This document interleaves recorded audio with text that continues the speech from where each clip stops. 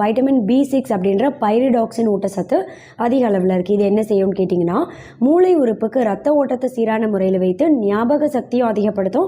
மூளை உறுப்பு நல்லா சுறுசுறுப்பாக ஆரோக்கியமாக செயல்படுறதுக்கும் ரொம்பவே உதவியாக இருக்கும். எந்த அளவு அனீமியான்னு சொல்லக்கூடிய ரத்த சோகை நோய் பாதிப்பு ஏற்படக்கூடிய வாய்ப்பும் ரொம்பவே கம்மி தான். உங்களில் யாருக்காவது ரத்த சோகை பாதிப்பு இருக்குது அப்படின்னா செவ்வாழை மட்டும் கிடையாது, கூடவே இந்த நேந்திரம் பழத்தையும் உங்கள் அன்றாட உணவில் சேர்த்துட்டே வந்தீங்க அப்படின்னும் போது நரம்பு தளர்ச்சி ஏற்படக்கூடிய வாய்ப்பை கம்மி பண்ணி நரம்புகளை நல்லா ஸ்ட்ராங்காக வலுவடைய செய்யக்கூடிய தன்மையும் இதில் அதிக அளவில் இருக்குது. பொதுவாகவே வாழைப்பழம் அப்படின்றதே உடல் எடை ரொம்ப மெலிந்து ஒல்லியாக இருக்கிறவங்களுக்கெல்லாம் கட்டாயம் அவங்க அன்றாட உணவில் சேர்த்துட்டே வரணும்னு சொல்லுவோம். ஏன்னா உடல் எடையை ஆரோக்கியமான முறையில் படிப்படியாக அதிகப்படுத்தக்கூடிய முக்கியமான பழங்களில் வாழைப்பழம் அப்படின்றது ஒன்றா இருக்கும்.